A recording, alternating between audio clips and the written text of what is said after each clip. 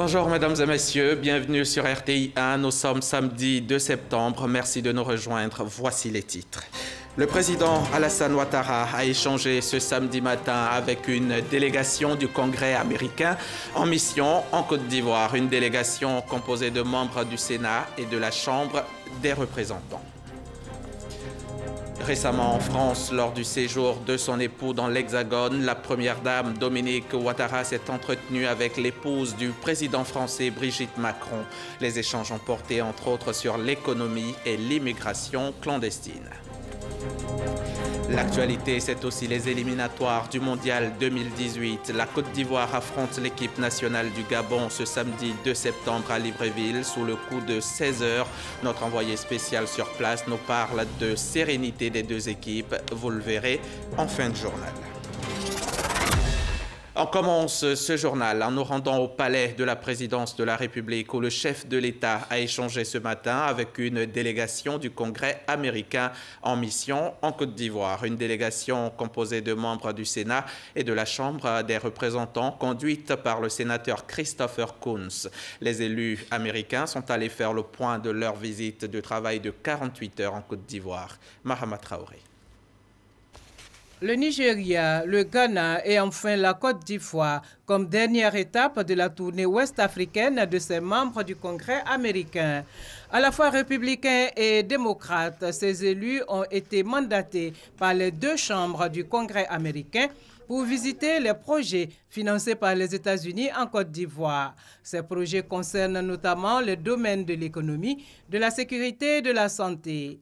Mission accomplie au bout de 48 heures par la délégation conduite par le sénateur Christopher Coons. Avant de quitter la Côte d'Ivoire, la délégation est allée faire le point de sa visite de travail au président Alassane Ouattara. Nous sommes ici pour renforcer les relations bilatérales entre la Côte d'Ivoire et les États-Unis, assurer la pérennité des messages comme PEPFAR. Nous sommes contents du leadership du président de la République. Le secteur de la santé arrive en tête des appuis financiers du gouvernement américain en faveur de la Côte d'Ivoire.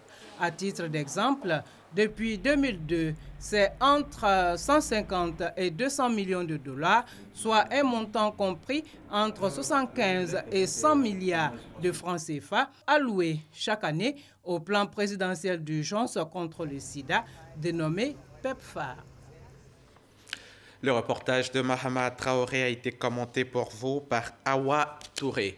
La première dame de Côte d'Ivoire, elle, était aux côtés de son époux lors de son récent séjour en France. Dominique Ouattara s'est entretenue à l'occasion avec l'épouse du président français Brigitte Macron.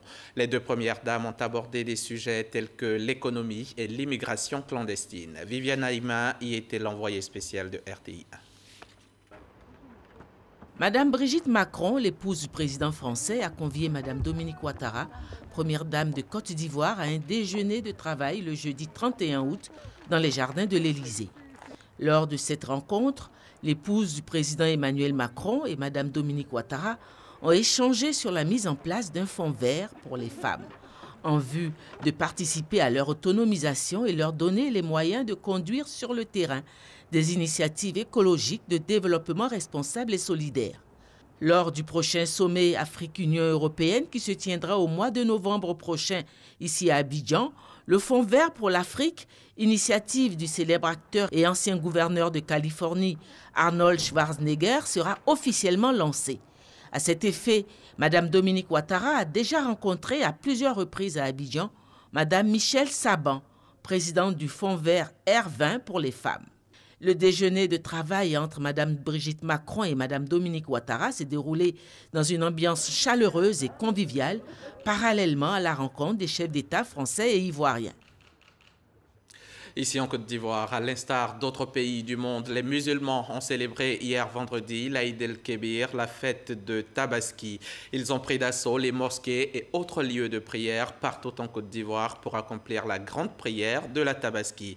Nous avons promené nos caméras dans plusieurs de ces lieux de prière. Première escale, la mosquée d'Adjin, ici à Abidjan, aux Deux Plateaux. À la mosquée des Deux Plateaux adjiens, c'est le cheikh Bouakari Fofana, président du Conseil supérieur des imams COSIM, qui a officié la grande prière de l'Aïd el-Kébir.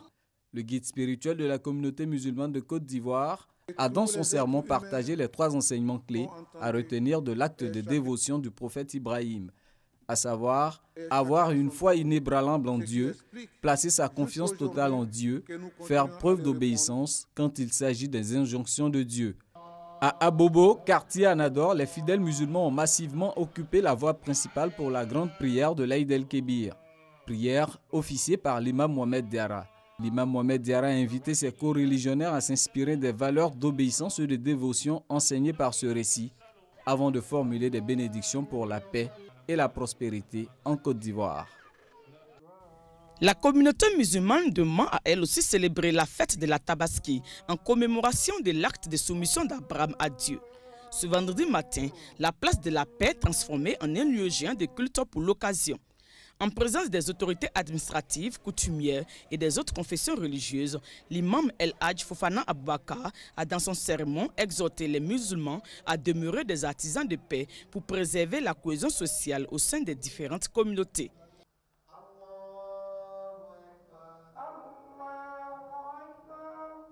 Les fidèles musulmans de la mosquée Siad Mputo de la Riviera dans la commune de Cocody ont célébré l'Aïd el-Kébir qui commémore le sacrifice d'Abraham, comme pour exprimer leur foi et leur dévotion à Allah.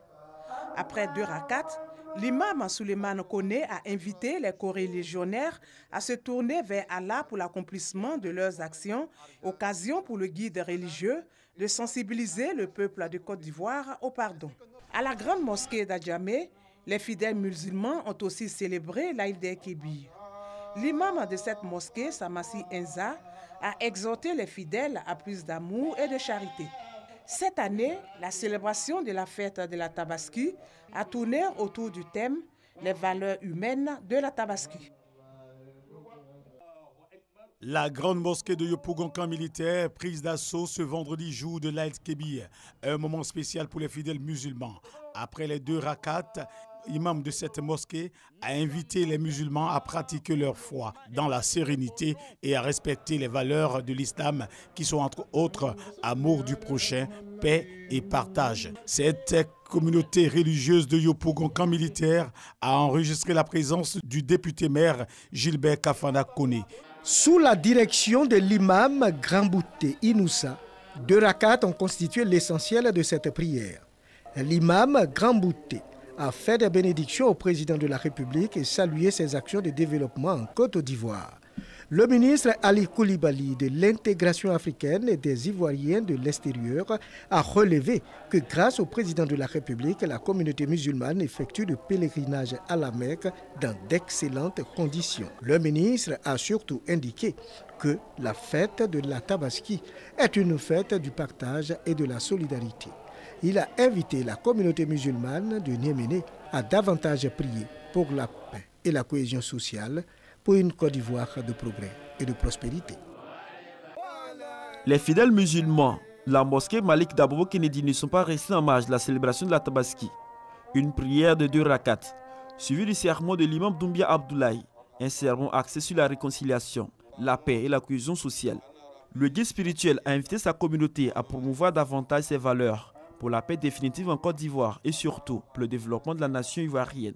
À la petite mosquée de la ville d'Azopé, l'imam Mohamed Koné, président régional du Conseil fédéral de Tiganite, dirigeait la prière de 2 rakats, et ce en présence des autorités préfectorales et des membres des autres confessions religieuses. Le guide spirituel a dans son sermon axé son intervention sur la crainte de Dieu. Pour lui, cette commémoration de l'Aïd el-Kébir constitue une expression de piété et de reconnaissance à Allah. Sous la direction de l'imam Grambouté Inoussa, 2 rakats ont constitué l'essentiel de cette prière. L'imam Grambouté a fait des bénédictions au président de la République et salué ses actions de développement en Côte d'Ivoire. Le ministre Ali Koulibaly de l'intégration africaine et des Ivoiriens de l'extérieur a relevé que grâce au président de la République, la communauté musulmane effectue le pèlerinage à la Mecque dans d'excellentes conditions. Le ministre a surtout indiqué que la fête de la Tabaski est une fête du partage et de la solidarité. Il a invité la communauté musulmane de Niéméné à davantage prier pour la paix et la cohésion sociale pour une Côte d'Ivoire de progrès et de prospérité. Je vous propose d'autres images de prières de Tabaski avec l'ensemble de nos reporters et correspondants à Treichville, à Bobo, à Niama, Séguéla, Daloa et plusieurs autres villes du pays.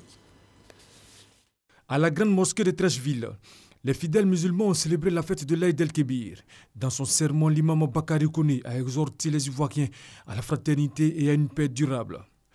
Le premier responsable de la commune, François Albert Michia, a demandé à tout un chacun de cultiver les vertus de réconciliation et de paix. La cérémonie a pris fin par l'immolation d'un bélier. À Abobo, à la mosquée Al-Mami Tunkara, les fidèles musulmans ont prié pour dire leur reconnaissance à Allah pour tous ses bienfaits.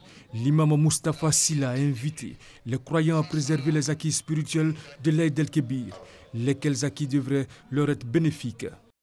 Sacrifier un mouton le jour de l'Aïd el-Kébir ou fête de la Tabaski pour commémorer le geste d'Abraham, telle est la quintessence de la fête. Mais avant, tous les musulmans convergent vers les mosquées pour la prière.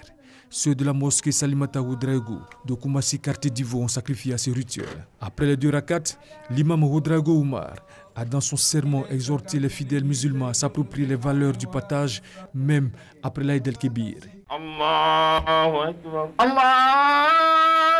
Les fidèles musulmans d'Anyama se sont rendus nombreux à la mosquée Babili Dambélé à la faveur de la fête de la Tabaski, parés de leur plus beau boubou, et ils ont manifesté leur foi en Dieu à l'image du Père des croyants, le prophète Abraham.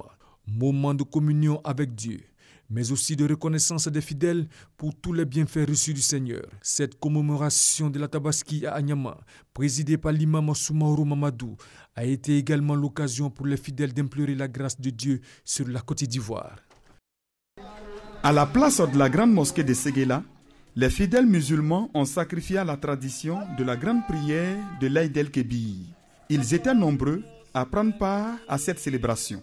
Dans son prêche, l'imam Bakayoko Aboubakar a invité les fidèles musulmans à se tourner vers Allah pour l'accomplissement de leur action. Pour l'occasion, des guides religieux chrétiens étaient présents, signe de parfaite cohésion entre les deux communautés. À Daloa, dans la cité des Antilopes, la célébration de la fête de Tabaski s'est également déroulée dans la même ambiance. Occasion pour le guide religieux Kalilou Diaby d'exhorter les musulmans à prier pour la paix en Côte d'Ivoire. Après la prière collective, les familles musulmanes sacrifient un animal de préférence, le mouton. Il faut manger de la viande du sacrifice et c'est aussi un moment de partage et de générosité envers les nécessiteux. La mosquée de la paix de Yamoussoukro a connu une affluence de grands jours. Venus de tous les quartiers de la ville, les fidèles musulmans ont commémoré l'acte de dévotion d'Abraham, père de la foi musulmane. Après les 2 rakats, l'imam Seydou Silla a exhorté les fidèles à observer les principes de la religion musulmane en mettant en pratique la foi d'Abraham. Tabaski, moment de sacrifice et de soumission. Les fidèles musulmans se précipitent pour prendre place dans l'enceinte de la grande mosquée du plateau. Occasion pour le guide de la mosquée d'exhorter les musulmans aux valeurs de paix et d'intérêt général. La fête de la Tabaski, un moment de partage, mais aussi pour prôner la cohésion, ont indiqué les autorités de la commune du plateau venues apporter leur soutien. L'Aïd el-Kébir, jour de prière, de réjouissance et surtout de partage. Les enfants, eux en tout cas, font du profit grâce au Sambé ou les souhaits de bonne année aux adultes. Fidèle Aigné et Victorine Yaoyoboué en ont rencontré quelques-uns. Leur reportage. Issouf Bassolé, 10 ans, a quitté son quartier pour faire le Sambé ou bonne année. Après plusieurs kilomètres à pied, il arrive avec ses sœurs devant une grande surface dans la commune de Cocody. Malheureusement, ils sont interdits d'accès. On a quitté à Djamé. Bon, et puis on est avec bonne année. Et puis on veut venir à Sokosi. Et puis on a venu, et puis et dit les petits ne rentrent pas. Et puis on veut partir au zoo. Un petit tour au zoo d'Abidjan et nous découvrons plusieurs enfants venus des différentes communes du district pour admirer les animaux. Je suis venu faire mon samé en partant à la maison, je suis venu passer au zoo. On a vu les lions, éléphants, panthères, singes, toutes sortes d'animaux. C'est la journée de notre Samé Samé, on a pu venir visiter. La fête c'est aujourd'hui. Nous on est bien sapés, nous on va aller faire Samé Samé. Le Sambé Sambé n'est pas sans risque pour les jeunes enfants. Cette mère préfère ne pas laisser ses enfants le faire. Il y a des gens qui voient les enfants, c'est à cause de ça on ne fait plus. Quand les enfants veulent sortir, donc quand on veut lui faire les joies, on vient avec eux pour venir tourner un peu, pour se retourner. La Tabaski ou l'Aïd est l'une des fêtes les plus importantes de l'islam. Et à cette occasion, les jeunes musulmans profitent pour se faire un peu d'argent grâce au Sambé Sambé. Voilà ce que l'on pouvait dire de la célébration de la fête de Tabaski. Le village de Tiasso, dans la sous-préfecture de Kasséré, a désormais des infrastructures de base pour soulager ses populations. La mutuelle de développement de la localité a doté le village d'un château d'eau, d'une maternité et d'un logement de sage-femme. Des ouvrages inaugurés récemment en présence de la ministre de la Femme, de la Protection de l'Enfant et de la Solidarité, Mariatou Kone. Reportage Soro Corona, Kwadjo Kwame, RTI Boaké. Tiasso, village de la sous-préfecture de Kasséré dans le département de Boundiali, a désormais un château d'eau, une maternité et un logement de sage-femme. Ces infrastructures viennent mettre fin à la souffrance des populations estimées à plus de 6 000 âmes. Les femmes accouchaient à la maison et il y en a qui mouraient. Si on met la personne sous moto pour amener à Kasséré, peut-être d'ici à l'arrivée à Kasséré, la personne décède. Ou si tu es à Boundiali, on n'a pas d'ambulance. Ces deux difficultés majeures qui retardaient le développement de Tiasso sont de vieux souvenirs grâce à la mutuelle de développement du village. Les infrastructures ont été inaugurées par la ministre de la Femme, de la Protection de l'Enfant et de la Solidarité. Mariatou Kone a félicité la mutuelle de développement de Tiasso. Elle a salué la cohésion sociale et la parfaite entente entre les cadres de Tiasso. La ministre a donc exhorté les populations de Tiasso à être des artisans de la cohésion sociale pour le développement du village. Nous devons tous comprendre par votre exemple que seule la cohésion a pu permettre à votre engagement et à vos efforts de réaliser ce château d'eau et cette maternité qui nous réunissent ici, entraînant ainsi le progrès de Tiasso et donnant du bonheur à ses populations. Chers frères et sœurs de Tiasso, vous montrez que l'union fait la force et vous montrez également que la paix, l'entente est le préalable à tout développement. La ministre de la Femme, de la Protection de l'Enfant et de la Solidarité a également apporté son soutien aux femmes. Elle a fait don d'une broyeuse aux femmes du village, toute chose pour lutter efficacement contre la pauvreté des femmes en milieu rural. Nguinon, dans le département de Bouangouanou, était récemment en fête. C'était à l'occasion des retrouvailles annuelles de ses ressortissants. Retrouvailles mises à profit pour réfléchir sur l'essor du village. Là, c'est le ministre des Infrastructures économiques, Amédée Kofi Kwaku, qui en était le parrain. On reste avec nos confrères de RTI Boaké. À l'appel du tam-tam parleur, la population de Nguinou et celle des villages environnants ont pris d'assaut la place publique du village. En ces instants de communion dédiés au développement, grâce à la mutuelle du développement, MUDEN, cette localité dispose d'infrastructures communautaires de base. Cependant, beaucoup reste à faire pour l'essor de Nguinou. C'est pourquoi le président de cette organisation a souhaité le bitumage de la voie d'accès au village, l'accès à l'eau potable, la construction d'un foyer polyvalent et la réhabilitation de la première école primaire du village. Pour le développement du village, Kone Akka a invité toutes les forces vives de Nguinou à l'entente et à la cohésion sociale, l'union étant le socle du développement. Donc à Nguinou ici, mettons-nous ensemble pour aider le président. Il a une ambition, il a un grand projet de faire de notre pays un pays émergent. Le parrain a pour sa part énuméré les grands projets qui prennent en compte Nguinou. En Côte d'Ivoire, il y a environ 510 sous-préfectures. Mais sur ces 510 sous-préfectures, il y en a 200 où il n'y a pas un seul château d'eau, où il n'y a pas de canalisation. Le chef de l'État a souhaité qu'avant fin 2018, les 200 châteaux d'eau seront construits. les canalisations réalisées et en même temps des abonnements sociaux de l'ordre de 1000 francs. Le président de la cérémonie a de prime abord souhaité des réflexions constructives et fécondes avant d'inviter la population à privilégier l'intérêt général pour la prospérité de N'Djinnou. Je convoquerai les uns les autres avec l'appui de certains chefs pour trouver une solution. Je suis convaincu que nous allons nous entendre. Parce que qu'est-ce que nous voulons tous? Le développement de N'Djinnou. N'Djinnou, zone de production de cultures de rente et vivrières, est peuplée de plus de 8000 âmes. Les fonctionnaires en service dans ce village ont reçu des présents pour leur abnégation et dévouement à la cause de l'essor du village. Venons-en à présent à l'automédication, la prise de médicaments sans avis médical, une pratique de plus en plus ancrée dans les habitudes des populations, du mal de dos au mal d'estomac en passant par la rhinite ou encore la migraine. Les populations croient pouvoir se soulager en tentant par elles-mêmes de se soulager, une pratique qui malheureusement n'est pas sans conséquences sur leur santé.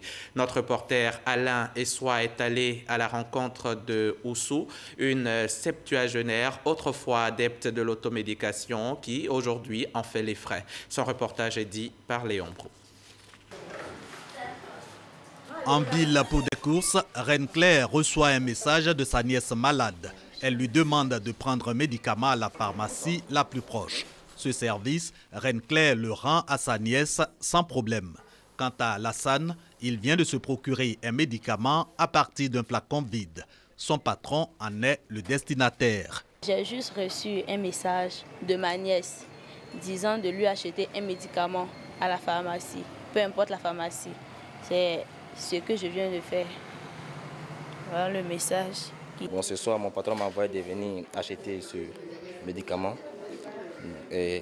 Enéas plus Efferalgan. Sans le savoir, Reine Claire et Alassane viennent ainsi de vivre l'amère expérience de l'automédication. Sa définition la plus simple est la prise de médicaments sans avis médical. Le médicament peut être non-dosé, surdosé. Le principe actif peut être modifié dangereusement, aller s'attaquer à des organes bien précis. Je vous ai décrit le foie, le cerveau, le rein, le poumon. Le médicament, il a deux rôles. Il soigne, mais le médicament tue. Autre aspect, les médicaments de la rue. Damoussou les a expérimentés durant sa maladie. Là, en prix. Et puis je suis allée à Gobi. Voir un médecin. Le médecin dit qu'il peut m'opérer. Non, le médecin a opéré 2 fois. Ça n'allait pas. J'ai pris d'autres médicaments. Résultat de cette automédication, cette déformation de Dame Oussou. Elle souffrirait d'un cancer. L'automédication, une pratique courante aux conséquences fatales qu'il faut éviter. Le conseil, pour revenir à simple que je donne aux populations, c'est tout simplement adressez-vous aux spécialistes de la santé que sont les médecins et adressez-vous aux spécialistes du médicament, les professionnels du médicament qui ne sont rien d'autre que les pharmaciens. Reste que ces conseils soient suivis et les populations pourraient espérer une meilleure forme après tout soin. Reportage Alain Essois et Léon Brou de RTI Boaké. La centrale EVA Culture de l'Ouest de la Côte d'Ivoire s'organise pour lutter contre les acheteurs véreux et surtout contre les maux qui minent le secteur. La centrale est composée d'associations de producteurs. Installée récemment, la centrale appelle à l'union des associations d'EVA Culture pour le développement de leurs activités. La correspondance de Eve Boué. Les producteurs d'EVA s'unissent pour lutter contre l'anarchie dans le secteur pour faire face aux acheteurs véreux de produits qui gangrènent la filière EVA. Ils ont mis en place une organisation dénommée la Centrale EVA Côte de l'Ouest. Cette fêtière entend réunir toutes les associations et planteurs d'EVA de l'Ouest de la Côte d'Ivoire. La Centrale EVA Côte de l'Ouest se fixe comme objectif la création d'un cadre de concertation pour la promotion et l'épanouissement des acteurs de la filière. La Centrale EVA Côte de l'Ouest ambitionne également de concevoir et d'initier des actions et programmes de promotion et de développement des acteurs de la filière EVA. Pour y arriver, un conseil d'administration a été mis en place et dirigé par Octave Yahi Bogo. Il s'agit de lutter pour notre bien-être, pour l'amélioration des conditions de vie et du travail des producteurs, des planteurs des terres. On ne peut pas être planteur et puis souffrir. Il faut être à la base. Nous serons bien organisés, nous soyons unis pour que nous puissions constituer une force pour le développement de la nation ivoirienne. Octavia Igboyo s'est engagé à œuvrer à l'amélioration des conditions de vie des planteurs et à la consolidation de la paix pour une véritable reconstruction de l'Ouest. Les coopérateurs du bureau de vente de produits de la sous-préfecture de Kondrobo, eux, viennent de dresser le bilan de leur campagne agricole. Pour la coopérative, pour la période 2007-2017, ce sont près de 3000 tonnes d'anacarde et de céréales qui ont été commercialisées pour un chiffre d'affaires de 800 millions de francs CFA. Les précisions de Charles Tato, RTI Boaké. L'avènement du projet BVP, attendu par la Bureau de vente des produits agricoles, est une opportunité de développement local pour les villages de la sous-préfecture de Kondrobo dans le département de Béoumi. Depuis 2007, les populations rurales de cette zone ont épousé l'esprit coopératif du projet BVP. Elles ont investi dans les cultures de l'anacarde et des céréales, maïs et riz. Aujourd'hui, avec les différentes ventes réalisées, la population arrive à se donner des commodités nécessaires pour une vie moderne, c'est-à-dire la construction de maisons en dur, l'achat des motos sur les 11 villages que regorge la sous-préfecture. Seulement le chef-lieu Kondrobo a de l'électricité. Aujourd'hui, donc, la population, pour ne pas dire les jeunes, pour pouvoir se mettre au diapason du développement, se dote d'énergie solaire ou bien de groupes électrogènes pour pouvoir être au courant de tout ce qui se passe à travers le pays. Pour encourager les populations rurales à redoubler d'efforts afin de faire face aux nouveaux défis de développement, autorités locales et responsables du BVP ont rencontré les coopérateurs dans le village de Koyarabo. Objectif, faire le bilan de la campagne agricole. Pour la période de 2007-2017, la zone de Kondrobo a pu commercialiser plus de 2231 tonnes de produits pour un chiffre d'affaires de près de 800 millions de francs CFA. Les coopérateurs de cette zone ont également partagé la somme de près de 17 millions de francs CFA comme ristourne. Je vous le disais en titre, dans le cadre des éliminatoires du Mondial 2018, la Côte d'Ivoire affronte l'équipe nationale du Gabon ce samedi 2 septembre à Libreville sous le coup de 16h. Sébastien Ognin est notre envoyé spécial sur place. Il note ici la sérénité dans les deux camps. Les éléphants de Côte d'Ivoire retrouvent pour la deuxième fois les panthères du Gabon au stade de l'Amitié situé à Ngondje, au nord de Libreville. Gervino, Salomon Kalou, Eric Bailly, pour ne citer que ces trois, savent que le rendez-vous de ce samedi 2 septembre 2017 est un tournant décisif dans la qualification au Mondial 2018 en Russie. C'est pourquoi à la séance d'entraînement, l'accent a été mis sur la cohésion et l'esprit d'équipe au sein du groupe. On a à cœur de repartir avec 3 points à domicile et puis voilà, se qualifier pour cette Coupe du Monde. Depuis que nous sommes arrivés, on est concentré sur notre objectif et puis voilà, on espère que ça se passe bien. On est venu pour tout donner, pouvoir arracher la victoire et voilà, on sait qu'on a les qualités pour ça. Beaucoup de joie, beaucoup d'émotions, mais voilà, surtout de la concentration. On essaie de transformer tout ça en bonne humeur parce qu'on sait que ça va être un match important et puis voilà, on est détendu, on espère que ça va bien se passer. Le Gabon garde également toutes ses chances. C'est vrai que la Côte d'Ivoire est une grande nation de football, mais pour l'heure, il est question de bien se comporter. On connaît le potentiel de la Côte d'Ivoire, que ce soit collectivement ou individuellement. Après, le plus important aujourd'hui, c'est nous. C'est ce qu'on pourra, où on va produire sur le terrain. Voilà, on va s'occuper que de nous, se concentrer sur nous et puis faire les choses bien pour avoir un bon résultat. L'envie de gagner, dégagée par les représentants des deux pays, montre bien la responsabilité qui attend les joueurs au stade de l'Amitié.